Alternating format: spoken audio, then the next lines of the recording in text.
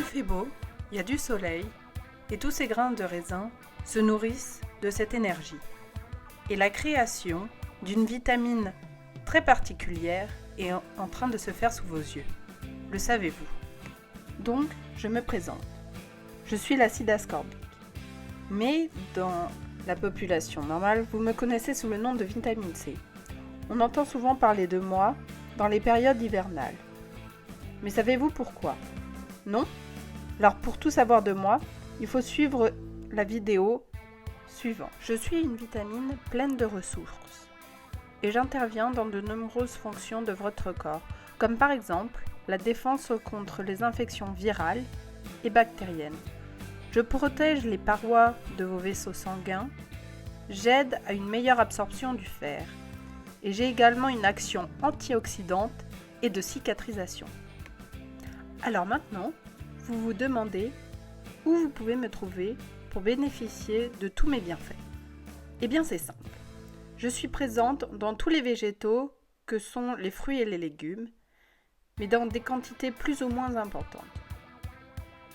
Vous pouvez notamment me retrouver dans les poivrons, les kiwis, les agrumes, oranges, clémentines, citrons, les brocolis, les ananas et bien encore dans les choux de Bruxelles.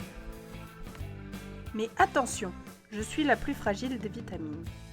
Comme les chats, je n'aime pas l'eau. Je suis sensible à la chaleur comme les lapins et je suis également sensible à l'air et à la lumière. Pour obtenir un maximum de mes bienfaits, il est important de bien me stocker et de me cuisiner cru ou à basse température. Dans tous les bons petits plats, comme vous pouvez voir sur cette vidéo, vous pouvez me consommer en quantité de 110 mg par jour pour les hommes et les femmes. De nos jours, il est rare d'être carencé en vitamine C. Mais si vous ne consommez pas régulièrement et êtes carencé, vous pouvez ressentir des pertes d'appétit, un amaigrissement et de la fatigue. En cas de grave carence, je peux causer une maladie appelée scorbut, lorsque l'apport est de moins de 10 mg par jour. Cette maladie peut causer un déchaussement dentaire, de la purulence des gencives, des hémorragies, puis la mort. Cette maladie était notamment présente chez les marins qui partaient de longs mois en mer et qui n'avaient pas un apport régulier de fruits et de légumes pendant de longues périodes. Mais pas d'inquiétude, de nos jours je suis présente partout. Et vous pouvez également, en cas de carence, me retrouver sous forme de compléments alimentaires.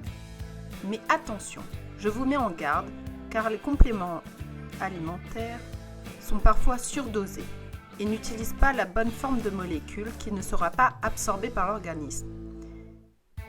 Si vous apportez une quantité plus importante que nécessaire, je peux vous apporter des désagréments digestifs, des carences rénaux ou bien encore finir dans vos urines, qui finiront bien sûr aux toilettes.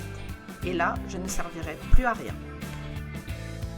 Alors rien ne sert de mettre votre argent dans des compléments alimentaires si c'est pour que je finisse dans la cuvette. Privilégiez les fruits et légumes de saison, riches en vitamines et minéraux.